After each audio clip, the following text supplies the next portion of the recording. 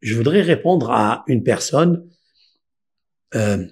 qui m'a dit, comment ça se fait que vous avez fait un cours, ce cours-là, à partir du Kotel, du mur occidental, le mur des lamentations, vous avez dit qu'il faut poser un petit papier à l'intérieur et vous allez dire Rahel Mebaka al-Balea. Oui, c'est une très bonne question qu'il m'a posée. Alors que tous ces bouts de papier, c'est un musulman d'ailleurs qui m'a posé cette question. Il m'a écrit Rav, gentiment, hein. Il m'a dit, de toute façon, à quoi ça sert que vous faites ça alors que ces bouts de papier finissent dans la poubelle? C'est vrai. Ils finissent dans la poubelle. Émettent. Alors, quelle est la réponse que j'attends de vous? Qu'est-ce qui peut me donner la réponse? אנחנו כמו כל שנה לוקחים את הפתקים, מוציאים אותם מאבני הכותל המערבי, פתקים שטמנו אנשים מכל רחבי העולם. קיבלנו המון פתקים גם מאוקראינה, פתקים שנטמנו כאן, שמביעים תפילות, הודיה, תקוות של כל אדם, יהודים ולא יהודים. הכותל הזה נקרא בפי יהודים במשך כל השנים כותל דמעות. הוא רווי דמעות, הוא רווי תפילות, ואנחנו נתפלל לבורא עולם כאן במקום הזה, שאלוקים ישמע את התפילות של כולם, ימלא את משאלותם לטובה, יביא שלום לעולם, יביא שלום לארץ הזאת, יביא בריאות. J'ai écrit un bout de papier. Est-ce que c'est ce papier qui va rester là-bas? Est-ce que le fait qu'il est dans le mur, dans les fentes du mur, il fait quelque chose?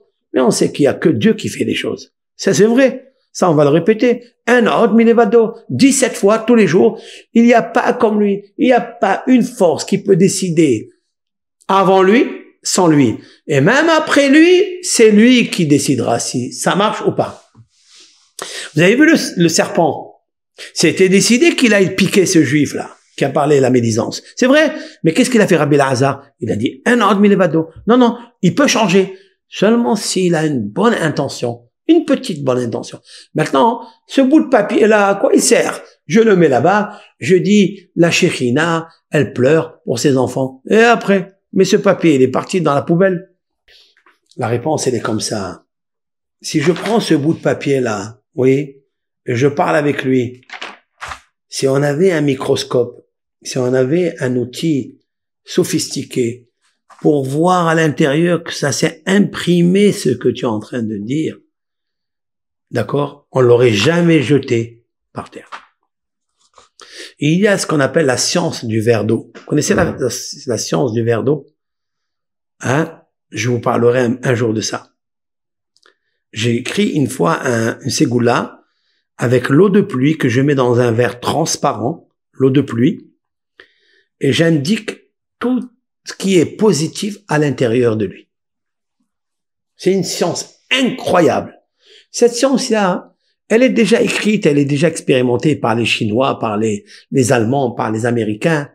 Quand vous prenez une feuille ou un pot de fleurs, et je prends de l'eau que j'ai pris de la source d'eau, ouais, de la source directe des montagnes ou d'un fleuve, j'ai pris l'eau et j'ai arrosé ce pot de fleurs, et j'ai pris un autre pot de fleurs et je l'ai arrosé avec de l'eau qui est restée stagnante, qu'on n'a pas fait attention à elle, elle s'est un peu pourrie, elle a eu des dépôts sur elle, et on arrose avec. Vous savez que le pot de fleurs qui pousse avec l'eau de pluie ou l'eau de source, il va pousser bien comme il faut, il va donner beaucoup de fruits. Et l'autre qui est un petit peu mort, qui est un petit peu éteint, qui est stressé parce qu'il est resté dans les tuyaux, ou il est resté dans les égouts, je ne sais où, il va pas faire fleurir convenablement. Pourquoi? C'est de l'eau. Non, c'est pas la même chose. Cette eau est vivante, celle-là, elle est morte. La parole, elle est vivante. Vous pouvez la déposer dans l'eau. C'est surtout si c'est l'eau de la pluie. Et vous pouvez la boire après. Oui, on peut. Elle est guérisseuse. Oui. La même chose. Le mur des lamentations, c'est le mur de la Shekhina. Ce mur n'est pas un mur comme les autres. C'est un mur, qui est mature. Lorsque le roi Salomon l'a déposé, ce mur, il a dit, Vinoam Hashem Elokeinu, que l'Éternel dépose sur ce mur la bienveillance. Donc quand je parle, dans le mur, je prie Dieu, je prie pas le mur. Je prie l'Éternel qui est là-bas. Ça veut dire qui est là-bas. Ne me dites pas, mais l'Éternel n'est pas là-bas, il n'est pas dans la pierre. Mais non, l'intelligence, les énergies vitales sont déposées dans le mur. Oui, oui, oui, oui. D'ailleurs, est-ce qu'il y a un ennemi, que ce soit Nabucodonosor, que ce soit Titus, que ce soit tous ceux qui sont venus en Israël et ils ont conquis la terre d'Israël, est-ce que ce mur-là, ils ont réussi à le détruire? Jamais.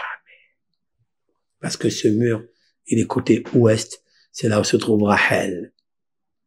Je vous ai fait un graphisme un jour que dans le tabernacle dans le désert, Rachel et ses enfants se situaient dans le mur occidental.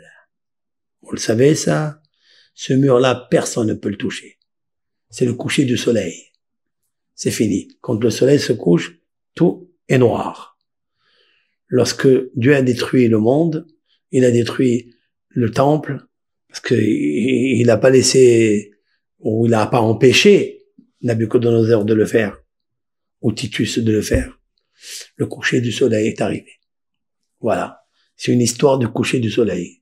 Il nous faut maintenant réussir à amener le soleil, le jour. C'est la miséricorde. Donc dans ce mur, c'est pas le papier, c'est les paroles que j'ai dites qui sont imprégnées là-bas. Alors maintenant, je vais vous dire une chose. Celui qui dit, il y a que Dieu, il faut prier qu'à Dieu. Et comment? Quand tu pries, tu sors de ta bouche, tu pries, c'est resté dans l'air, oui, ou dans le courant d'air. Comment ça se fait que c'est monté très très haut? D'où tu sais que c'est monté très haut d'ailleurs? Parce que la parole, elle se fige dans l'air, elle se fige dans le mur, elle se fige dans le bâton de Rabbi Meir. Oui, le bâton de Rabbi Meir faisait des miracles. Mais qu'est-ce qu'il a le bâton?